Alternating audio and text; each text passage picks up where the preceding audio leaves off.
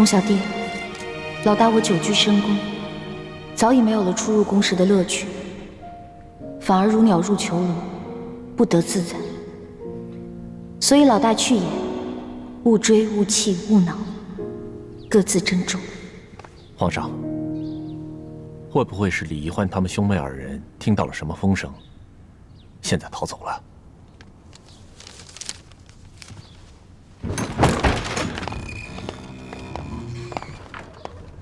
皇上，李太医来请平安脉了。宣，这他们兄妹二人要是想逃走的话，肯定是共同进退。岂会易欢自己一个人逃走？在没有确凿的证据之前，不要妄下定论。这，微臣参见皇上。 李爱卿，你知道易欢去哪儿了吗？易欢，他今天不是当值吗？那他应该在永乐斋，或者是去了永和宫找丽妃娘娘。他出宫了。看来他这一次出宫，连你都没有说。看看吧，这是易欢留给朕的信。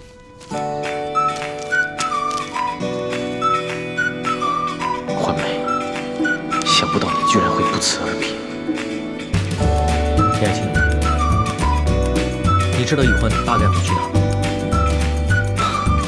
臣妹自幼性情顽劣，常常离家出走，臣也不知道她会去哪里。这样，你多带一些人手，凡是他有可能去的地方，你都找一找。微臣遵旨。微臣告退。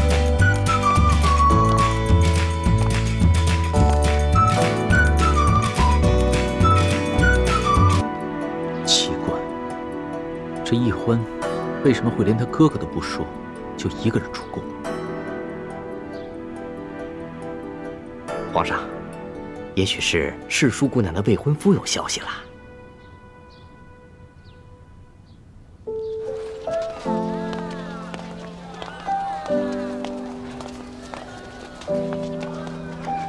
带的什么？就一个包裹。去，查查那两个人。 哎，你站住！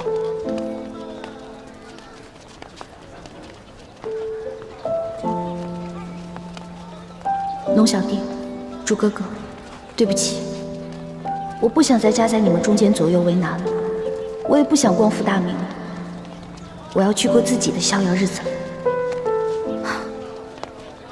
怎么，皇上出宫了？皇上一看到李易欢的信，就跟丢了魂儿似的。 居然命妾身的叔叔带着几个侍卫随他出宫去追寻李易欢了，真是不成体统啊！易欢，走吧，走得远远的，再也不要回来了。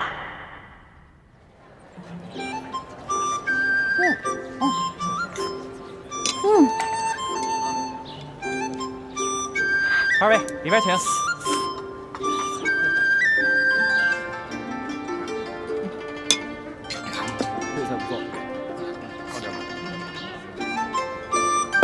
客官这边请。来，哎，小二，有没有环境好点的雅间儿？啊，这边。来，来一杯。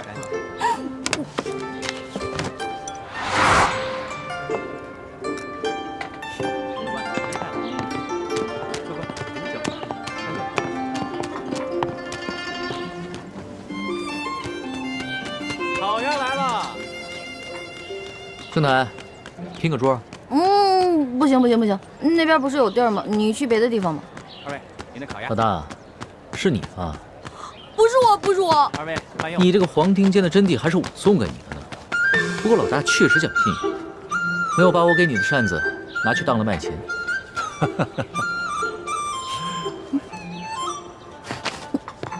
哎。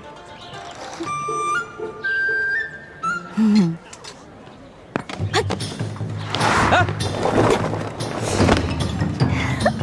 老大！哎呀，主子，不能跳，太高了。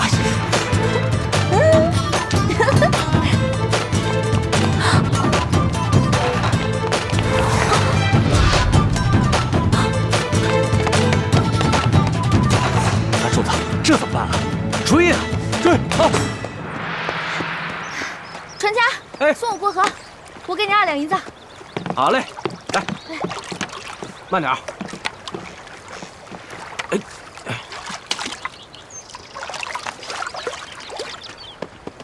哎，主子，慢点！哎，船家，我们要上船。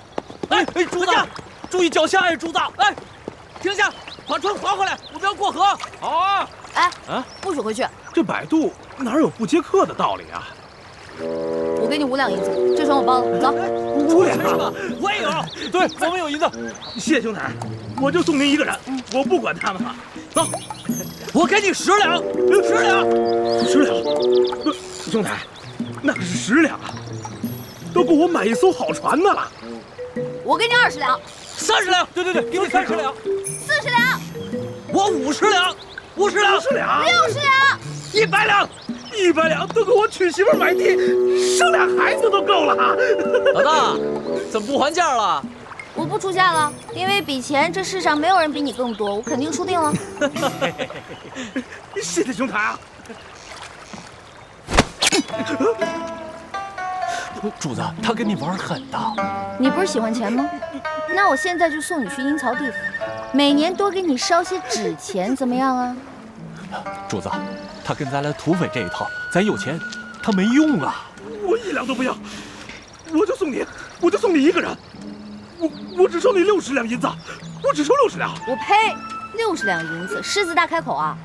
我身上的钱刚刚都给你了，现在没钱了，赶紧给我滚！不是，老大，你回来！老大，你回来，咱们有话好好说。龙小弟啊，你不是龙吗？有本事飞过来找我啊！不是，不客气，就当我刚刚又免费教了你一堂江湖经验啊！走了，龙小弟。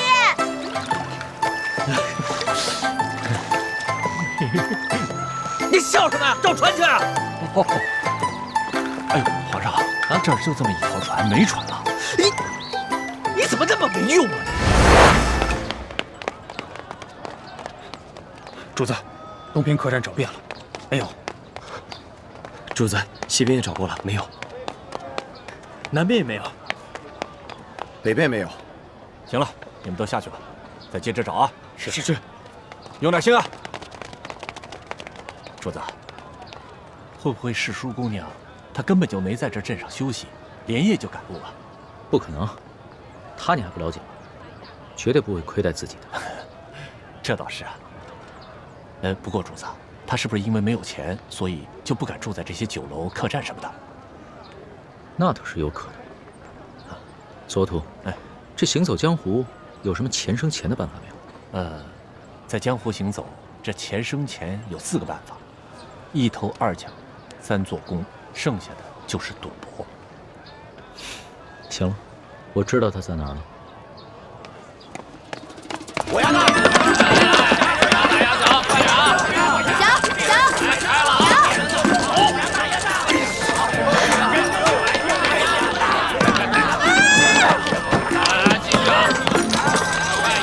老大，你的赌运早就不好了。买定离手吧，买多的得多。老大，今天你啊是赌不了运。买定离手，快！你怎么会找到这儿啊？你忘了，上次在山西的时候，你带我来过这种地方，我说过，我有经验。那我今天就让你大开眼界一下。买定离手啊！呀，小，干嘛呀？来，压！爹，你不能再赌了，这钱是给娘买药的。这时候你，把银子给我，走开吧你！爹，我求你了，你快回去吧，娘还等着我们呢。滚！爹，赶紧拿钱走回去吧，我们。爹，滚！哎，滚！兄弟，赌钱输赢不要紧，你还是拿着这个钱救人一命，赶紧去给你娘子买药吧。我赌不赌钱干你屁事儿！爹，我们回去吧，爹。滚！来，买定离手，买定离手。暴打！来！老大，我就说吧，你的运气不好啊。我就说我刚才赌的时候，我眼皮子一直在跳，要走你自己走。原来是你这个没心来了。别拉我！我说老大，这赌桌上的，赢才是最重要的，你哪能怪这怪那呀？你要是有本事啊，就赢一把给我看看。还有没有老虎不发威，你当我是病猫呢？定离手了啊！快！小，赌大了吧，别一直小。你老大还是我老大？你是老大。小，来，大家都下了啊！我告诉你，要不你就在这规规矩矩的闭上你的嘴，要不你赶紧给我滚，别在这给我丢人现眼。老三，还压不压？哎呀，等，压你的钱呢？没钱玩什么呀？没钱赶紧走啊！没钱回来，没钱就走人，快走！没钱就赶紧走，别人投位置，回去。快走吧！回去吧你。我拿我闺女莲香押50两，行不行？啊！你居然拿你的亲生女儿做赌注，你这个做爹的也太狠心了吧！你又算什么东西？还管我？你不好，大三，你不好赌，你来赌场。让主子再玩会儿。我算是明白了，这是个扫把星。大爷，我没空陪你玩，别当爷的道。贾老板，50两，50两。这里没人把你当皇上，你看，不光我把你当灾星，还有别人把你当灾星。现在把我当灾星，不一会儿就有人把我当救星。愿赌服输，来。好，既然如此，大还是小？小。哎，买定离手了。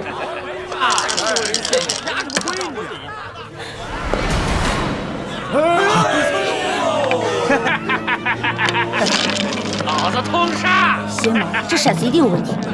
我怎么没看出来？我是火眼金睛，你一凡胎肉眼，当然看不出来。快，我们走！站住！哎，站住！站住！贾老板，咱们可都不是外人。贾老板，你放了我，放了我闺女。一个月，我肯定把钱还你，翻倍。何三儿，愿赌服输，这可是你自己说的。你的女儿留下来，什么时候你有钱了，再来赎你的女儿。把她拖出去！贾老板，我求你了，贾老板，就饶了我这一回吧。我这是开赌场的，不是开善堂的。滚！贾老板，走，且慢！贾老板，有何指教啊，这位公子？贾有才，你每次都摇出豹子，这个是怎么训练出来的？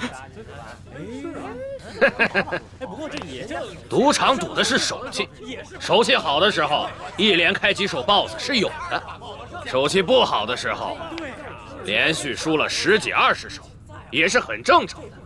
风水轮流转，输赢无定数，对不对啊？没错，对。好，说的有道理。那你敢不敢跟我赌一把？我这开赌场的，还不敢跟人赌吗？好啊，就这么定了。假如你赢了，我给你100两；如果你输了，你给我50两。还有这个小妹妹，她是另外的50两，怎么样？这可不公平啊！这有什么不公平的？不都是100两吗？她现在是我的人，身价自然也就水涨船高了。她现在值100两。刚才不是2两，现在就100两。你也太会坐地起价了吧！莲香姑娘明明是以50两银子输给你的。我们做生意的，自然是要赚钱。你赌还是不赌？我赌。好。走。莲香，别动，打住！我的赌注在这儿了，你的呢？怎么着？怕我没钱啊？有钱你就拿出来。有钱拿出来呀！拿出来呀！拿出来呀！借我点钱呗。没钱！借钱可以，不过我有条件。什么条件啊？赌完这一局就跟我回去。龙小弟，你这是落井下石啊！那我也是跟老大学。好，如此可效益，我答应你，给我钱。快点儿！哦。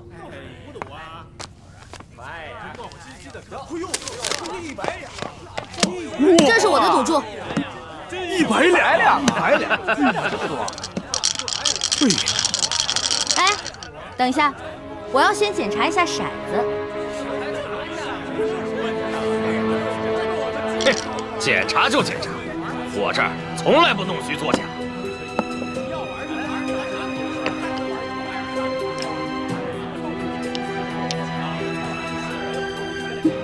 还不错，没有问题。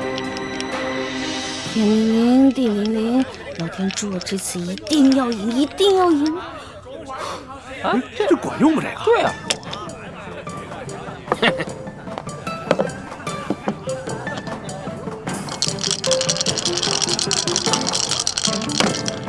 我压大，你压大，那我只能压小喽。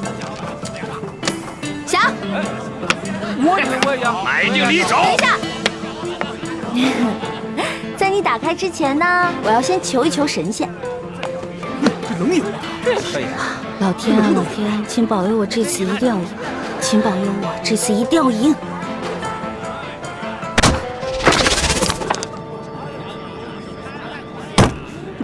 好了，你开吧。不许看。大！哎呦！哇！他赢了！林香，老师起来，起！林香，走。你们放开！林香，这100两你先拿着，回去给你娘看病。谢谢。还有你，让我再看见你赌博的话，小心我宰了你，知道吗？多谢这位爷。谢谢，林香，多谢这位爷，赶紧走吧。谢谢，走，谢谢。你呀，别来了。老大，你这一出英雄救美唱的，这莲香看你的眼神都不一样。这回知道了吧？老大我比你有魅力多了。那是，我们老大的魅力是最大的，小弟我都快被你迷死了。老大，咱们回去吧。慢！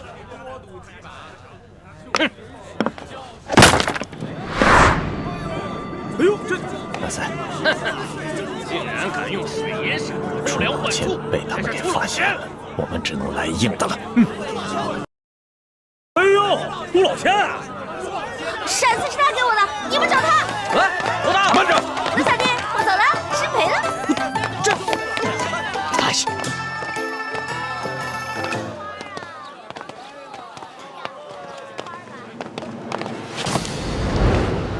哎呀！哎，对不起，你没事吧？没事吧？哎呦，我就说嘛，小将花子敢偷我钱是吧？接回去。大哥，我求求你了，你就饶了我吧！我这兄弟们都饿得慌，才万般无奈做出这种勾当。大哥，我错了还不行吗？大哥，你就饶了我吧！真的假的？真的。大爷，您心情好了。小五，我们都是流落在京城附近的灾民，已经好多日子没有吃过一顿饱饭。对呀，是啊，快饿死了，我也没吃饭，好久没吃粮食了，就是饿死了。行吧，你们跟我走吧。大哥，你这还要送我去见官？见官啊！我呀，请你们吃面去，走，走走，吃面去了。谢谢你。慢点，还有呢，慢点吃啊，不着急啊。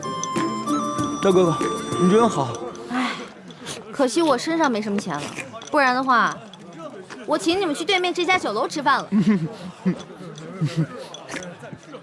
哎，对了，你叫什么名字啊？哦，我姓武，家里排行老六，叫我小武吧。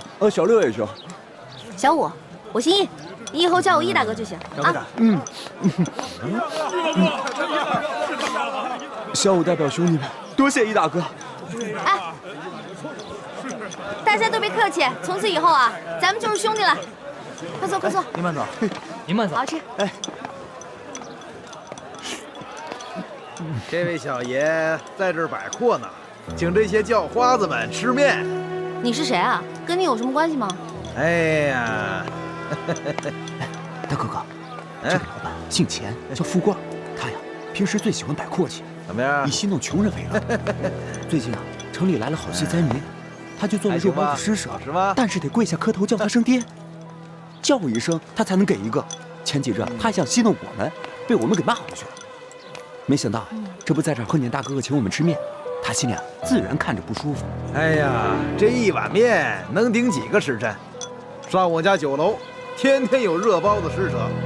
小伙，你知道规矩，叫你们兄弟跪下给我磕个头，叫我声爹啊！钱富贵，我们这些叫花子，膝下也是有黄金的，我们宁可沿街乞讨，也不可能跟你下跪。哎呦呵，叫我们这么多人给你做儿子，你也不怕折了寿？哎，说得好，说得好啊！贫贱不能移，威武不能屈，我就喜欢你这样的。哎哥，我和你也是一见如故，以后啊，要是有用得着我的地方，尽管来找我。当然了，咱们以后就是兄弟了，你知道吗？我平时啊最看不起那种有几个臭钱就觉得自己了不起的奸商。你说谁奸商？哎，谁听着耳朵刺耳，谁就是奸商啊！我说你了吗？听着刺耳吗？那你就是奸商呗！哎，大家看啊，他这是不打自招了。你从哪个犄角旮旯里钻出来的？奸商！敢到太岁头上动土？你看他那样。老大，老大，老大，终于找到你了。你这个小弟大人怎么又找来了？你在这请全城的叫花子吃面，一下就传开了，我听到就过来了。你来也没用，你又不是叫花子，我不会请你。哎，你怎么这么没良心啊？你惹了祸，我帮你摆平了，你现在过河就拆桥啊？面都不请我吃一碗。没钱啊，没钱怎么请你啊？那我请你吃面总行了吧？行，不过你得到对面的酒楼请我。没问题。当然你不光请我，你得把我这些兄弟都带上。没问题，这么点人还能吃穷？兄弟们，他请咱们吃饭了，走了，走，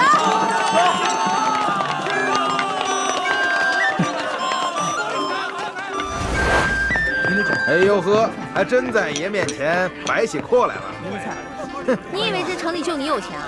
我告诉你啊，把你酒店里好吃好喝的都给我拿出来，让我的兄弟们吃饱喝足，知道吗？好酒好菜倒是有，本酒楼的规矩可不跟外边的小面馆一样，先看一下口袋里的银子够不够，别吃完饭不够付钱的。哎，我说你眼睛是不是瞎了？我小弟这身打扮像是那种吃了饭不给钱的人吗？这可不好说，我们这酒楼开了那么多年，见的人也多了，这装模作样过来骗吃骗喝的，可不是没有。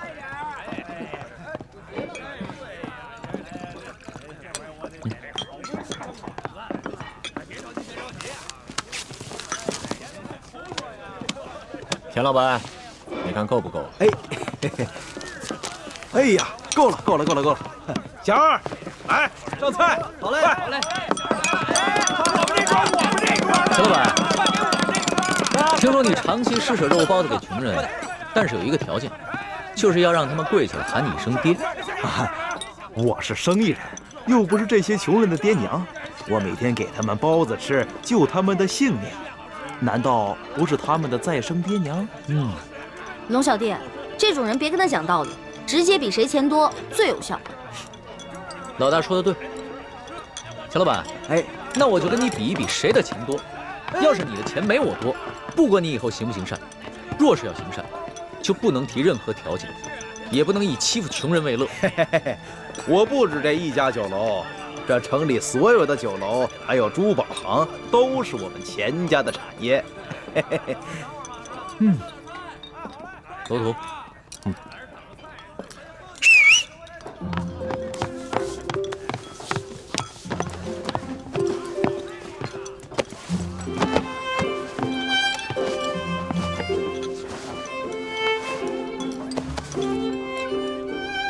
钱老板，你说京城的珠宝店都是你们家开的，那这帽子上的珠子，你可认得吗？啊，南海夜明珠，只有紫禁城里才有。难不成你们是宫里的？钱老板，你还跟我比钱多吗？小人不敢。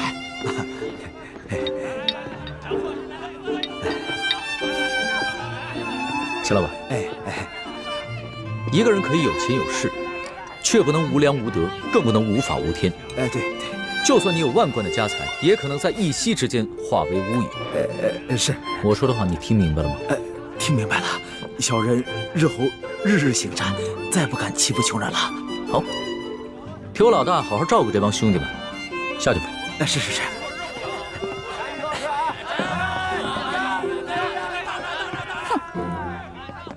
谢谢你啊，龙小弟，没想到一出来竟遇上这些恼人之事。那现在摆完阔了，等会儿请你的兄弟们吃完饭，可以跟我回去了吧？不行，我还想再玩几天。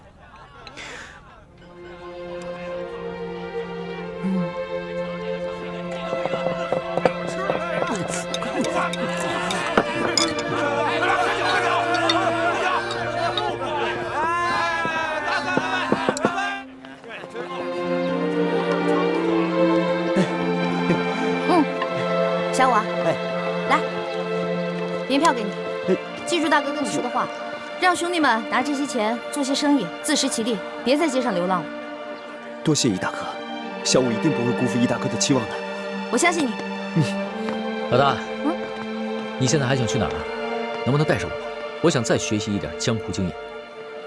江湖经验啊，行啊，那我现在就教你一些真正的江湖经验。小五，走，让开，走开，走开！他，龙小弟，谢谢你的宴请啊。下面呢，让你见识一下我兄弟的莲花阵。不是，走远点，走了，速度。对不住了，兄弟，刚才啊，易大哥悄悄捎话给我说，一定要让我帮他逃走，免得你们追他回家，让他去陪伴一个全天下他最讨厌的朋友。对不住了，兄台。退后，让开。主子，咱们还是回府吧。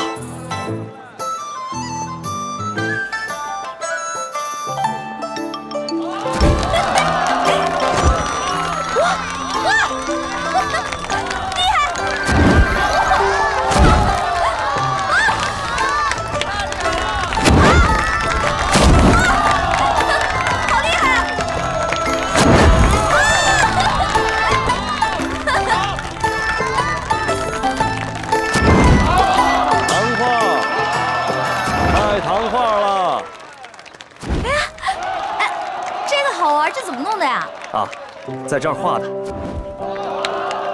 我看。糖画。这是糖画啊。谢谢啊。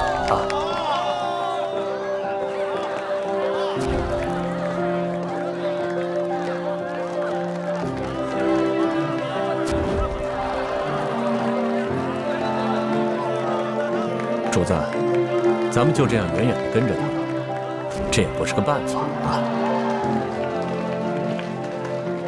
随他吧，在宫里憋了那么久，好不容易出宫一趟，不玩个尽兴啊，他是不会回去的。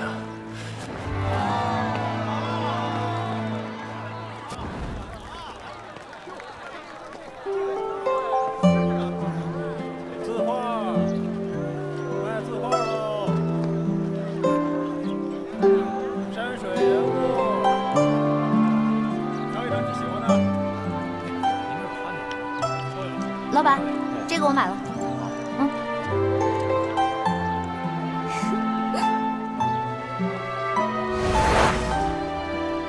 这个像我，这个像龙小弟。不对，龙小弟的眼睛没这么小。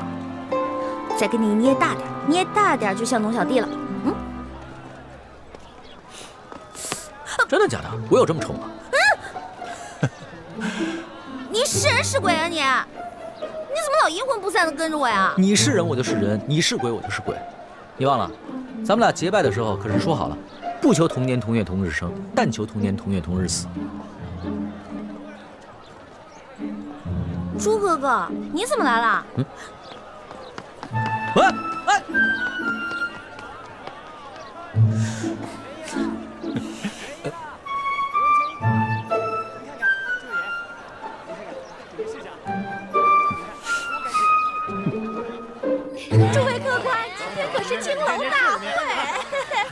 请进。全城最美貌的女人都在呢，有眼光。是的，哎，这位小哥，进去玩玩吧。今天全城最美貌的女人都来了。啊，不去不去，你不进去多可惜呀！啊，来都来了，不用，好看的好玩的，我包你满意。不满意，你啐我这老脸。来吧，哎呀，来吧，哎呀，进去吧，走。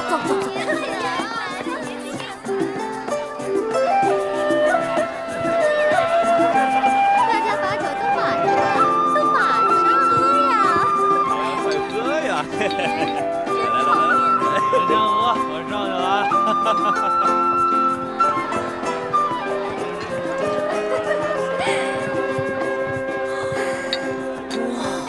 来，客官，客官，我跟你说呀，我们万花楼的姑娘那是我跟你说，最待会儿你一定要好好的听话，别总是一副哭丧，知道吗？莲香嘛，客官你，莲香，恩公救我！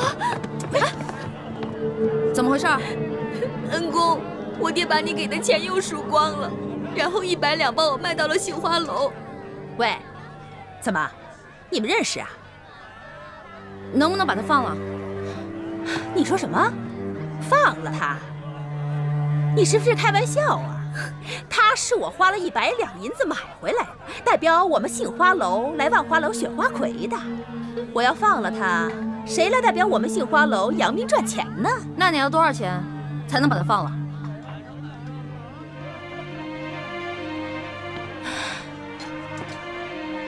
怎么，你们两个是老相好啊？不对呀，这莲香还是一个厨，怎么可能和你是老相好呢？说，你到底是干什么的？我是干什么的并不重要，我就问你，多少钱你才能放了他？口气不小嘛！哎，你真想赎他呀？开价吧。行，你要是真想赎他，给我500两就够了。500两？怎么？没钱是吧？没钱那就少扮英雄救美。你这种人，老娘我见多了。哎，让开让开！别妨碍我们选花魁。哎，我告诉你啊，我们莲香呢是又年轻又漂亮，一旦选上了花魁呀，这身价一定倍增。到时候你想赎她的话，那至少1000两了。走，等一下。怎么了？没钱赎人，能不能换人？换人？什么意思啊？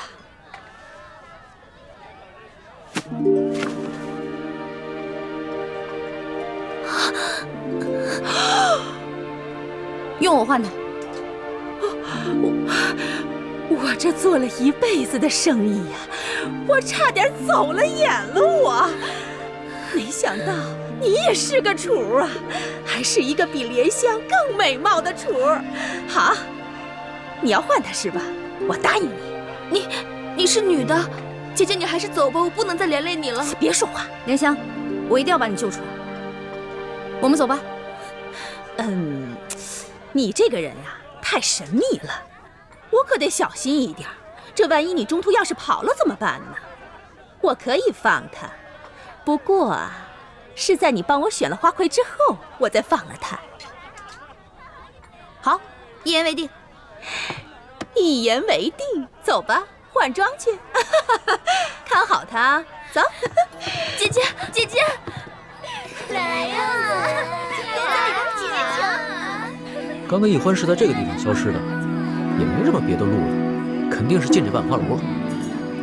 主子，今天晚上奴才要带你去这种地方，那老祖宗知道了，非打奴才一顿不可。此事你不说我不说，老祖宗怎么会知道呢？可是，行了，别啰嗦，进去。哎呀，是，守着点啊，别动啊，都在这好好等着。哥。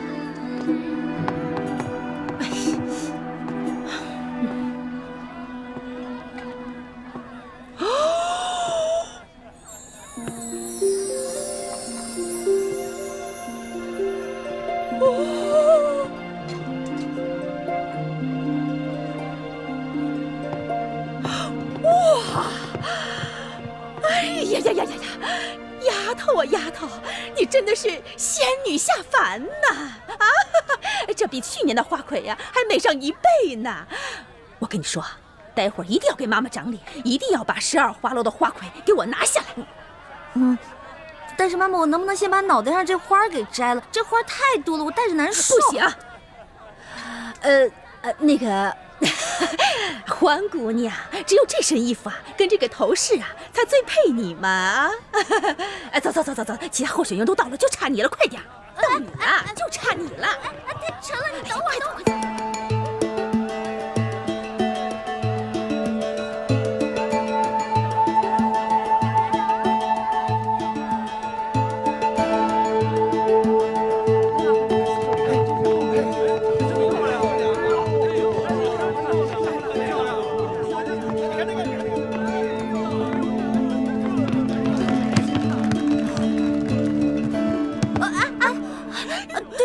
您是哪个花楼的姑娘？会不会走路啊？对不起啊。今天全城12大花楼的家人都到齐了，花魁比赛正式开始。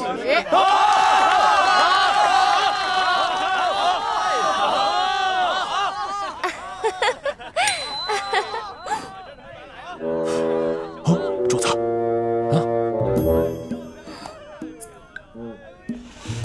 不好，龙小弟追来，这下麻烦了。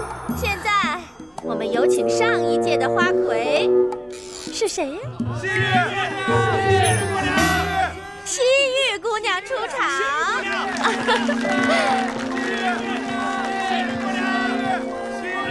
这个丫头真是风不惊人死不休。是啊，不过她这样还真好看。是啊。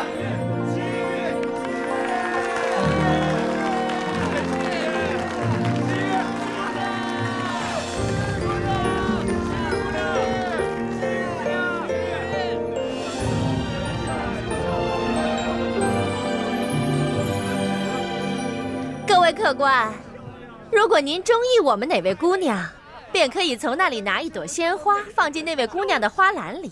今天鲜花得的最多的那位姑娘，便是我们的花魁候选人。候选人将会与上一届的花魁一决高低，胜出者便是今年的花魁。好，各位客官，就让我们来抛花选美吧。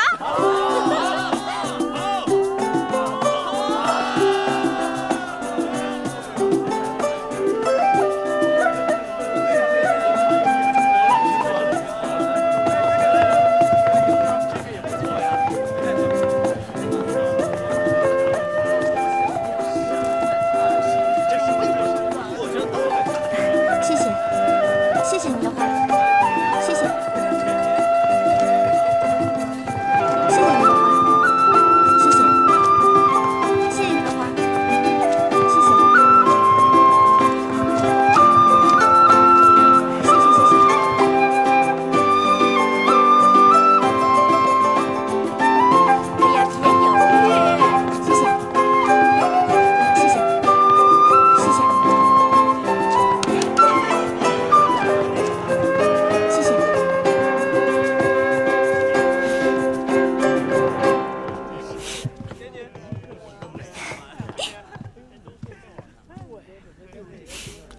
等会儿再跟你算账。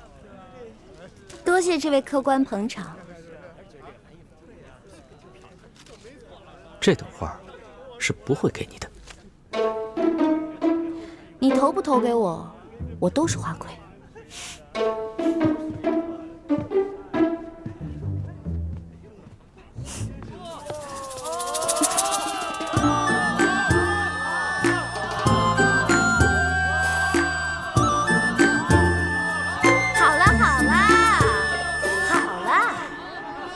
各位客官，经过激烈的抛花选美，结果是……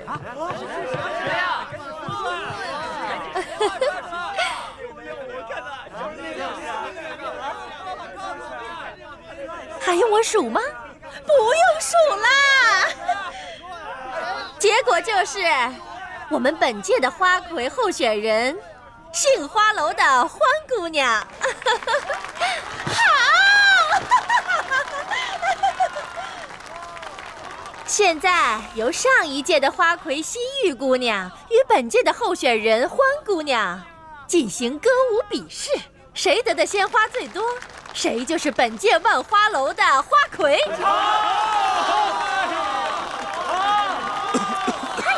别慌。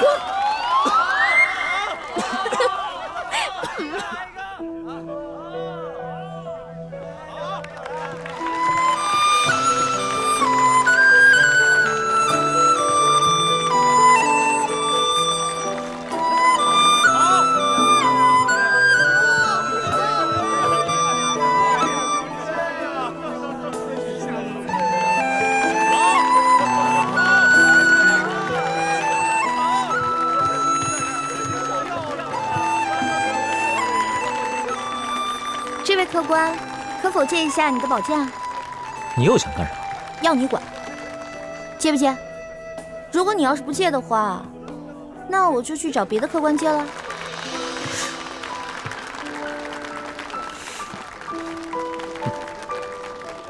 这，多谢客官。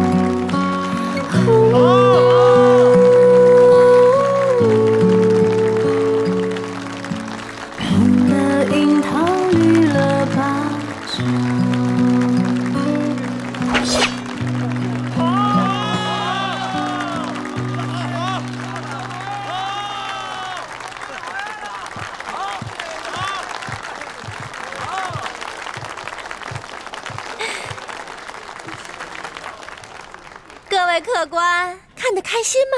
开心！现在开始投花选花魁。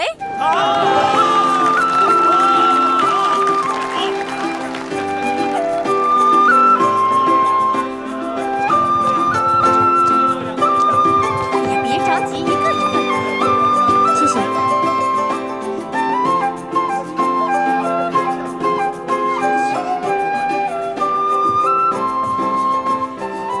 两位姑娘花盘里的花一样多，按规矩呀，两位都是今年的花魁。我宣布，今年的花魁是欢姑娘和西域姑娘。慢着！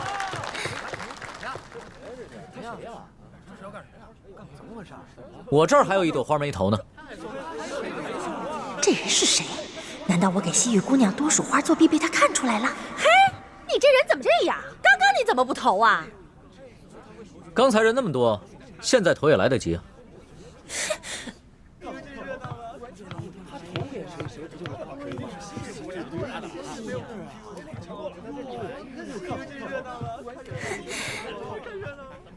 那你这花儿打算投给谁呀？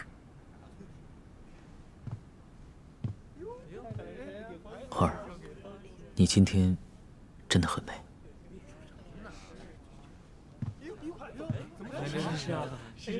哇！西域姑娘花盘里的花比欢姑娘多上一朵，所以今年的花魁还是西域姑娘。哎呀，今年的花魁，西域姑娘。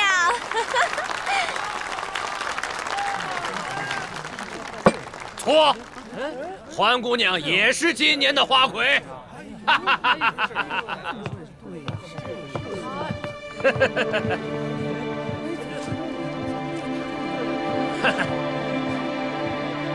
我这儿也有一朵花眉头，他们现在2个人的红花都一样，所以2个人都是今年的花魁。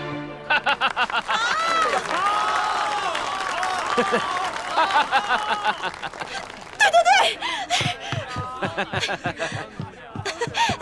我跟大家说啊，今年的花魁呀，是我们杏花楼的欢姑娘。王妈妈，我出3000两，包下欢姑娘的初夜。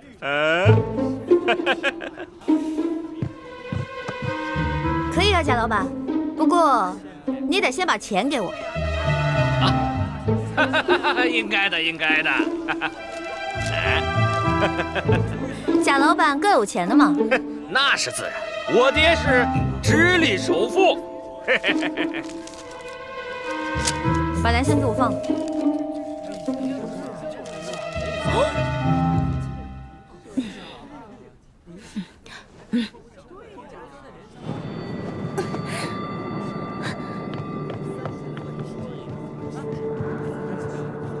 姐姐，你为了我已经受了不少委屈了。这些人他们都不是好人，你不要管我，你还是走吧。莲香，姐姐已经帮你赎身了，你拿着这些钱离开你的赌鬼爹爹，跟你娘去个好地方过日子吧。可是我……哎，不许再说了，如果你再说的话，姐姐该生气了。快走吧，走啊！您真是有眼光啊！原来你忙活了这么久，就是为了救这个莲香姑娘。不然呢？你以为我得了失心疯啊？那现在你可以跟我回去了吗？欢姑娘，咱们走吧。去哪儿啊？自然是去我们该去的地方，做我们该做的事情。春宵一刻值千金呐！好啊！别过来！别过来！欢姑娘，你这是干什么呀？哼，贾老板，您可真是贵人多忘事啊！之前在您的赌坊，我就赢了您100两银子，今天又让您破费了3000两，真是不好意思啊！原来大闹我赌坊的那个臭小子，竟然是你这个丫头！我是女人，照样可以要你的命！别过来！再过来我就杀了他！都别过来！别过来！走！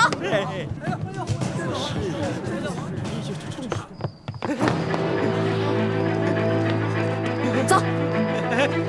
有话好好说啊！你们别过来啊！别过来！欢姑娘，你这……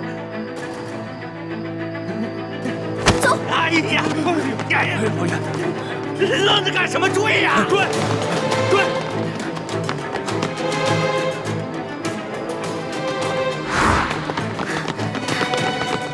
站住！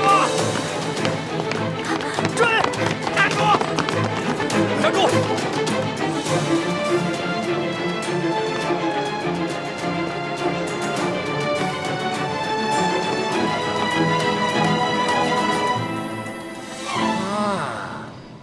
我认出来了，你就是那天和欢姑娘一起大闹我万利赌坊的小子。臭小子，赶紧把欢姑娘给我交出来，否则我要你的命！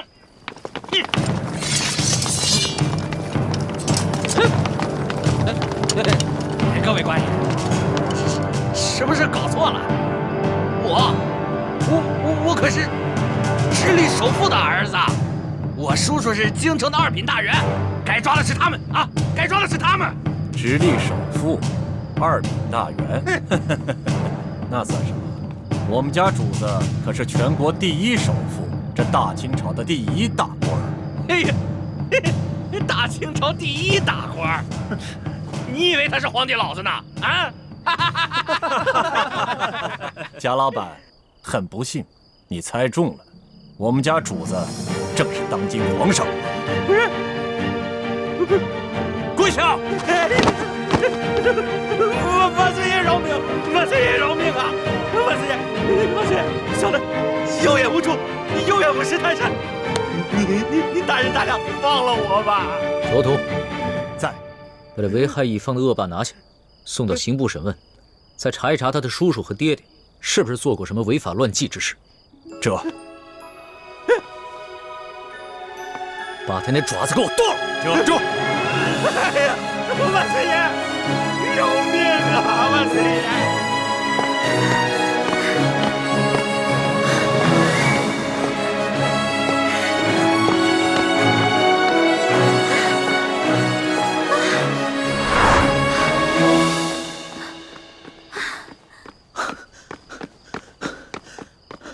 老大，别再跑了！出宫这么多天，你还没玩够啊？你别过来啊！你要是再过来的话，我还是会逃的，你根本就追不上我。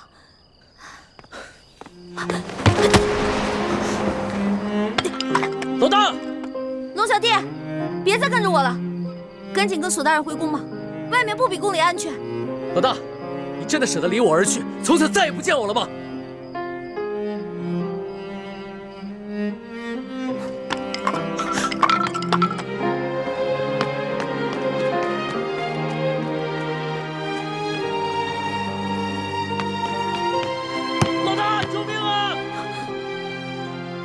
怎么听到龙小弟的求救声了？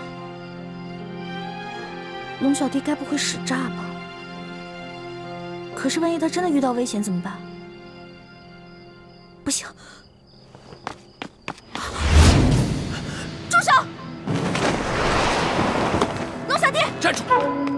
你再过来，我就杀了他！好好好，我不上前，你别动他。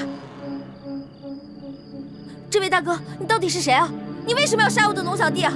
不用管我是谁，若要让我放了他，就拿你自己的命来换。老大，你快跑吧，别管我，你不是他的对手。闭嘴，别说话。这位大哥，你是哪条道上的呀？不妨说出来听听嘛。你想要多少钱，我都可以给你的。我要的不是钱，现在你和他只能活一个，你们谁死谁活，你自己选。老大，你快跑！你跑了我还能有救，要不然……哎，你别掐他！不是，这位大哥，咱们无冤无仇的，你为什么一上来就生死相逼呢？你是不是想要钱啊？你想要多少？你告诉我，我肯定会给你的。休再啰嗦，我要的不是钱，你和他只能活一个，谁死谁活，你赶紧选。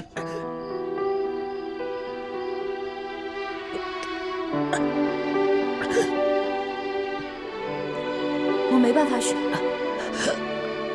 我们两个曾经对着月亮发过誓，是一辈子的好兄弟，要同生共死。要么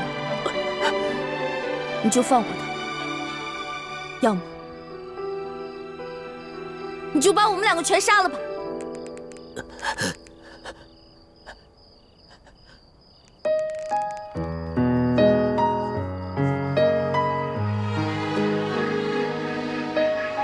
真的愿意和他一起死？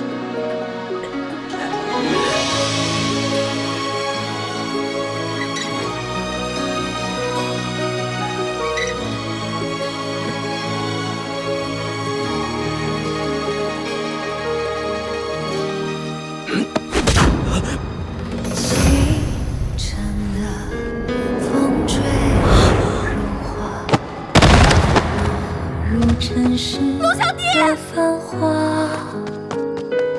爱已来，春风沙，恨不过。你还我龙小弟！你还我龙小弟！你还我龙小弟！愿做他掌上的明珠，献上我纯真的祝福。朱哥哥。的是你啊！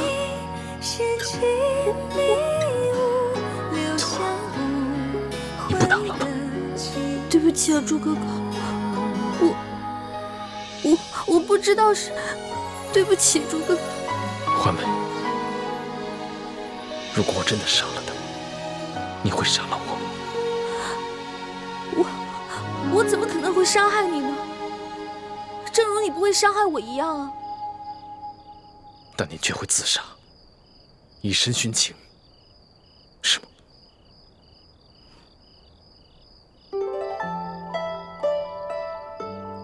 你想听我说实话吗？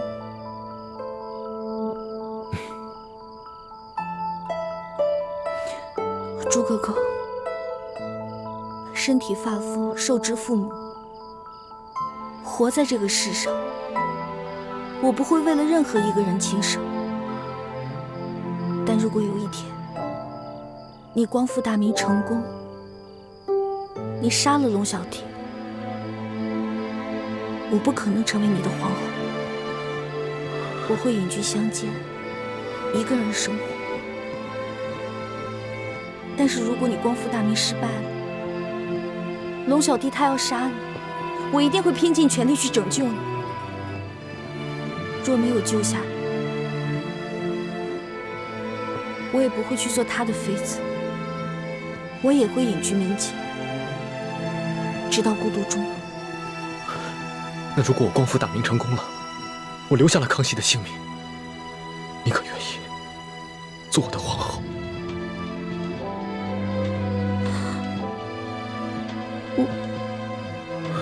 算了，我不逼你了，我不想看你为难的样子。如果那个时候光复大明真的成功了，我也听凭你的意愿，绝不勉强。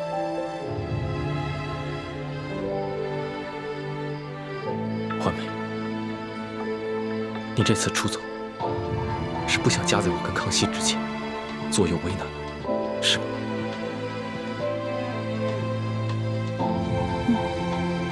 但你还是放不下他，否则以他那点追踪的本事，他不可能一直跟得上你。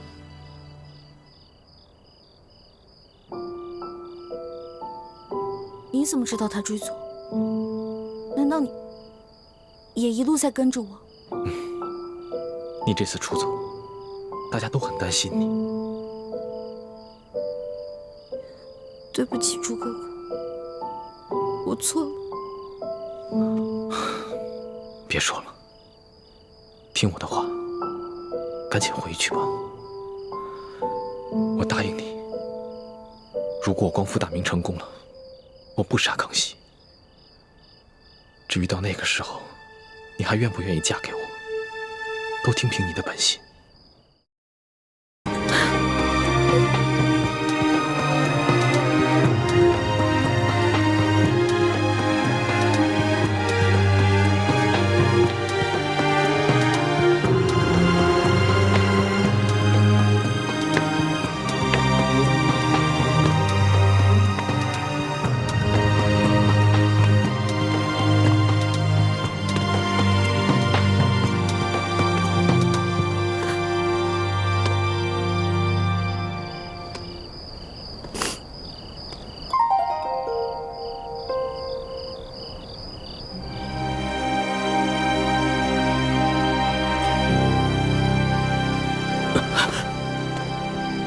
老大，我们还活着吗？还是都死了？俗话说得好啊，好人命不长，坏人活千年。你怎么可能那么容易死啊？我有点晕，你先让我躺一会儿。起开，别再装了啊！不是，哎，老大，谁救了我们呀？谁救了你？当然是老大我了。不可能吧？那个黑衣人的武功，你根本就比不上。我在他手底下，最多也就过3招，你最多10招了。不能智取啊！我打不过他，我想招啊，我聪明啊，我在我手上抹毒，我跟他过招的时候，把毒药趁机抹在他手上，结果他就中毒了。所以啊，他为了换取解药，就把我们2个放了。现在指不定在哪个地方运功排毒呢。要这么说的话，我就信了。论你这旁门外道，我老大绝对是天下第一。老大，你又救了我一回，你要怎么感谢你啊？别缠着我就行，我就谢天谢地了。你还没玩够啊？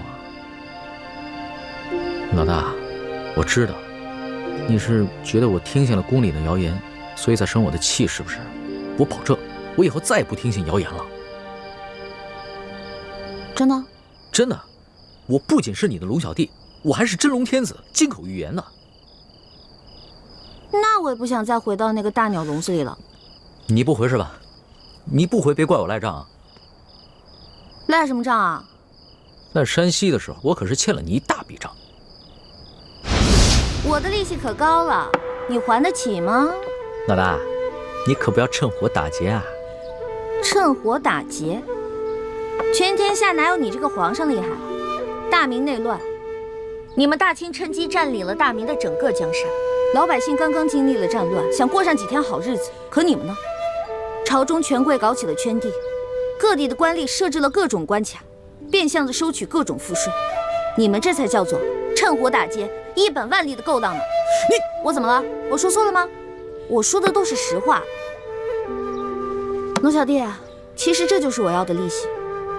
你要记得曾经答应过我的那些话：消除贵族特权，割除积弊，整顿吏治，让全天下的老百姓过上好日子。好，我答应你，这个利息我一定还。你就不想监督着我把这笔账给还了？皇上果然是天底下最无赖的人。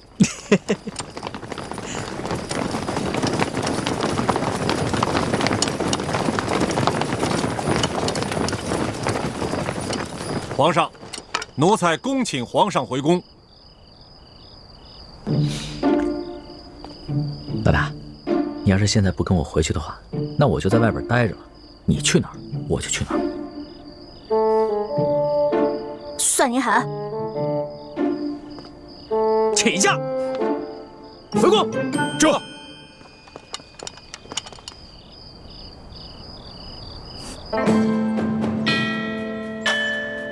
皇上回宫了。回太皇太后，皇上啊是昨儿夜里回来的。哦，你这个李大总管的差事当的是越发的好了。太皇太后，不知奴才做错了什么事，还请太皇太后明示。如今这皇上迷着李易欢迷成这个样子，你竟是守口如瓶，一字不吭啊！太皇太后恕罪，皇上其实早就知道奴才是太皇太后派在他身边的眼线，所以有很多事情都不让奴才知道。你用不着拿皇上来当挡箭牌。其实呢，哀家早就告诉过你，皇上的大小事情你要第一时间禀告哀家。可是你是怎么做的啊？你这眼里头还有我这太皇太后吗？太皇太后息怒，您可是冤枉死奴才了。奴才没有办好差事，任凭太皇太后责罚。可是奴才对太皇太后那是一片忠心呐。行了，起来吧。谢太皇太后。也是啊，你夹在哀家和皇上的中间，有些差呀你也不好办。皇上啊，他是越来越不像话了。为了一个来历不明的野丫头，9五之尊不顾，安危体面全然不顾。你说怎么这么随根儿啊？你听好了啊，这宫中哀家绝不允许再出现一个董鄂妃。这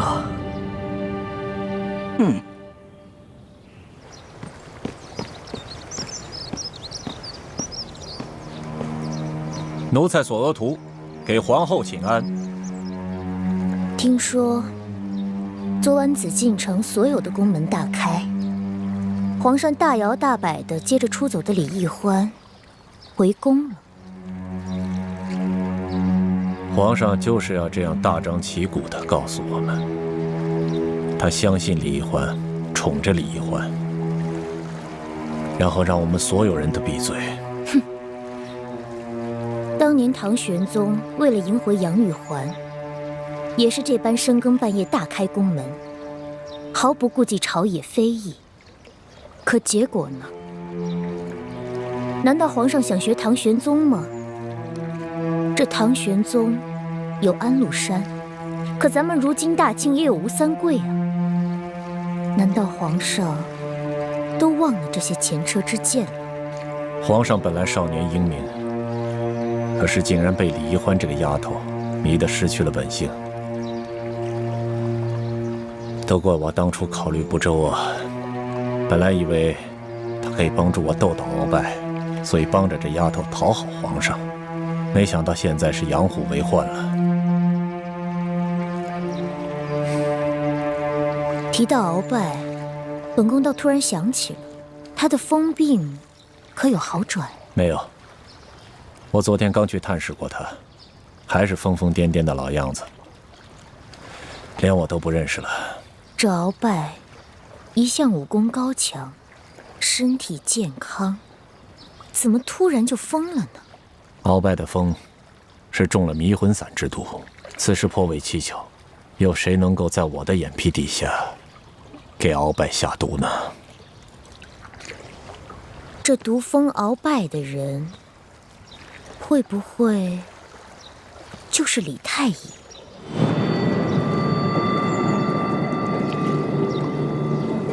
我也一直有此怀疑，只是苦无证据，所以现在也不敢声张。我派了最得力的人去追查他和李易欢的真实来历，可是现在还没有什么眉目。这鳌拜已经被皇上圈禁了大半年了，他的党羽也被皇上清除的差不多了，所以就算是他现在清醒过来，对我们赫舍李氏一族也形成不了什么威胁了。所以我现在敬访良医，尽快的把鳌拜治清醒过来。如此甚好。